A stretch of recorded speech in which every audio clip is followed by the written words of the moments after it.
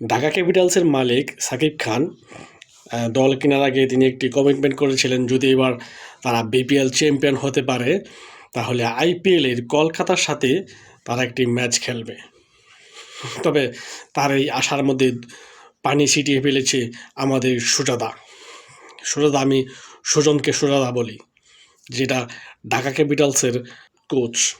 এই সুজাদার আন্ডারে লাস্ট কবে ম্যাচ জিতেছিল এটা হয়তো অনেকেই ভুলে গিয়েছে। তার কোচিংয়ের আন্ডারে তিনি যে কত বড় লট গতির দানব, তিনি কোচিং করাচ্ছেন ঢাকা ক্যাপিটালসকে।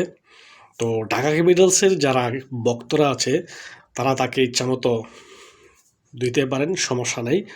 কারণ সামনে ভবিষ্যতে আর কোনো ম্যাচ জিততে পারবে নাকি সেটা এখনও নিশ্চয়তা নয়। তবে সাকিব খানকে যে লজ্জায় ডুবিয়েছেন এবার, সেটাই সবচেয়ে বড় কথা।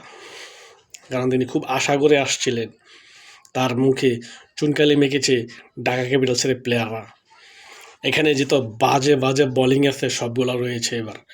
একমাত্র মুস্তাফিজুর রহমান বাদে আর কোনো বলার নেই বল করার মতো। ঢাকা ক্যাপিটালস যদি 200 রানের উপরেও করে তাও বিপক্ষ দল এই রান টপকে যাবে, কারণ ঢাকা ক্যাপিটালসের কোনো বলার নেই।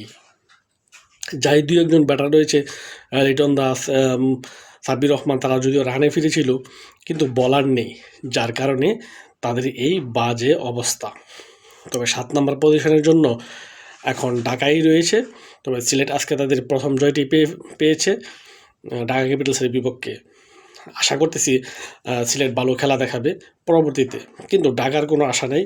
এটা ঢাকা ক্যাপিটালসের যারা ভক্ত রয়েছেন তারা অন্য দলকে সাপোর্ট করতে পারেন, এটা আমার দৃঢ় বিশ্বাস। এবং সাকিব খানও লজ্জায় আর মনে হয় না তিনি মাঠে আসবেন। এটা ভবিষ্যতে দেখা যাবে আর কি, সাকিব খান কী রিয়াকশান করেন। তবে আমি মনে করি এই সুজাদা ঢাকা ক্যাপিটালসের কোচ, তার উপরে ফুলটা চাপিয়ে দেওয়া হোক, ফুল দায়ভার তার উপর চাপিয়ে দিয়ে তাকে কোচিং প্যানেল থেকে বাদ দেওয়া হোক।